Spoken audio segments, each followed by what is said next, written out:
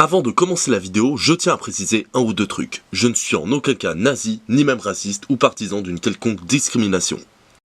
À part envers les pauvres glands qui font des raccourcis à la con. Bonne vidéo. Bonjour, bonsoir à tous et bienvenue dans Conseil. Je ne sais pas si vous avez remarqué, mais je ne parle que très peu d'œuvres françaises. Et ce n'est pas parce que je considère notre patrimoine culturel et artistique inintéressant, mais surtout parce que j'ai beaucoup baigné dans la culture japonaise et américaine. Cependant, si le cinéma français m'a toujours laissé plutôt tiède, on va dire, c'est avec nos bandes dessinées et nos romans que j'ai pu apprécier nos talents à leur juste valeur. Et c'est pour ça qu'aujourd'hui, nous allons parler du roman La part de l'autre d'Éric Emmanuel Schmitt. Un romancier qui est vraiment... Il est belge. Et merde.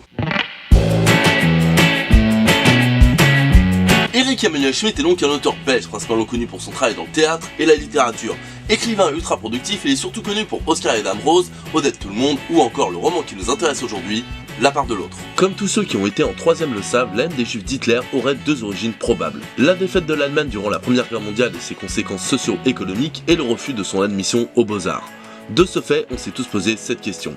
Si Hitler avait été admis, que se serait-il passé? Cette question, c'est également celle que s'est posée Éric Emmanuel Schmitt et c'est ce que nous propose le roman. L'histoire est celle du jeune Adolf Hitler, candidat aux examens des Beaux-Arts. Et là, deux réalités vont succéder. Celle où il est recalé, faisant ainsi de lui le dictateur connu de tous. J'adore ce roman. Et celle où il est accepté, faisant de lui un peintre. Je suis pas fan finalement. Et là, le récit alternera entre les deux réalités jusqu'à la fin de la vie du dictateur / peintre. Mais attends. C'est un récit historique ton truc là? Pas vraiment, Gob. Certes, le livre part de faits historiques, mais aucune des réalités n'est vraiment réelle. Celle où il est peintre est évidemment fausse, et celle où il est dictateur est vraiment romancée. Beaucoup de faits se sont passés dans la réalité, mais pas de cette manière, et surtout on ne sait pas comment Hitler a réagi dans sa tête. On peut supposer, mais Schmitt n'est pas devin. Il est fort, mais pas devin. Dans ce roman, le but premier de Schmitt est de montrer qu'il ne faut pas juger quelqu'un sur son nom. Si Hitler avait été admis aux Beaux-Arts, le romancier nous montre une réalité dans laquelle le dictateur serait quelqu'un de charmant, allant de l'avant et se battant contre ses démons. L'idée principale étant que ce sont les événements qui nous forment et font ce que nous sommes. Tu dis qu'on n'a pas de contrôle sur notre vie et qu'on devrait pardonner Hitler pour ses crimes?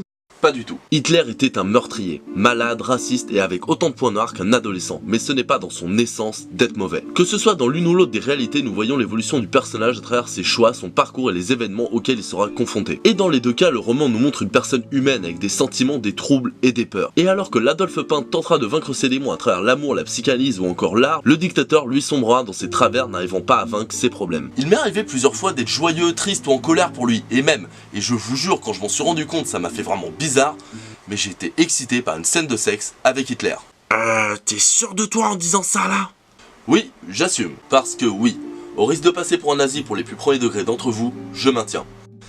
Principalement parce que c'est la réalité où Hitler est peintre, donc ça n'a rien à voir avec le dictateur à soif et de sang qu'on connaît, et en plus, c'est bien écrit. Pour moi, la plume de Schmitt est l'une des plus talentueuses que je n'ai jamais lues. Un peu comme Coelho ou alors Barjavel, il arrive à mêler spiritualité, intrigue accrocheuse et surtout une partie grand public que même les néophytes peuvent lire, que j'aime beaucoup. Tout le monde ou presque peut s'y retrouver, autant un néophyte qui s'y connaît absolument pas aux lectures qu'un grand lecteur ou même un mec qui cherche tout simplement de la spiritualité et de la réflexion. La lecture est plaisante, on est plongé dans l'univers, les personnages sont attachants et presque réels. Même les personnages secondaires sont très bien écrits, au point qu'on compatit pour eux, et tout ça rajoute à la vraisemblance de l'œuvre. Tout ça au point que même notre Hitler dictateur paraît humain et on se surprend à le plaindre par moments. Attention, ça ne nous fait pas le pardonner pour autant, mais on comprend comment il en est arrivé là et à faire ce qu'il fait. Et à la fin du roman, on en vient à avoir une certaine tristesse pour lui. On ne l'aime pas, mais on le plaint. On ne pardonne pas, mais on comprend.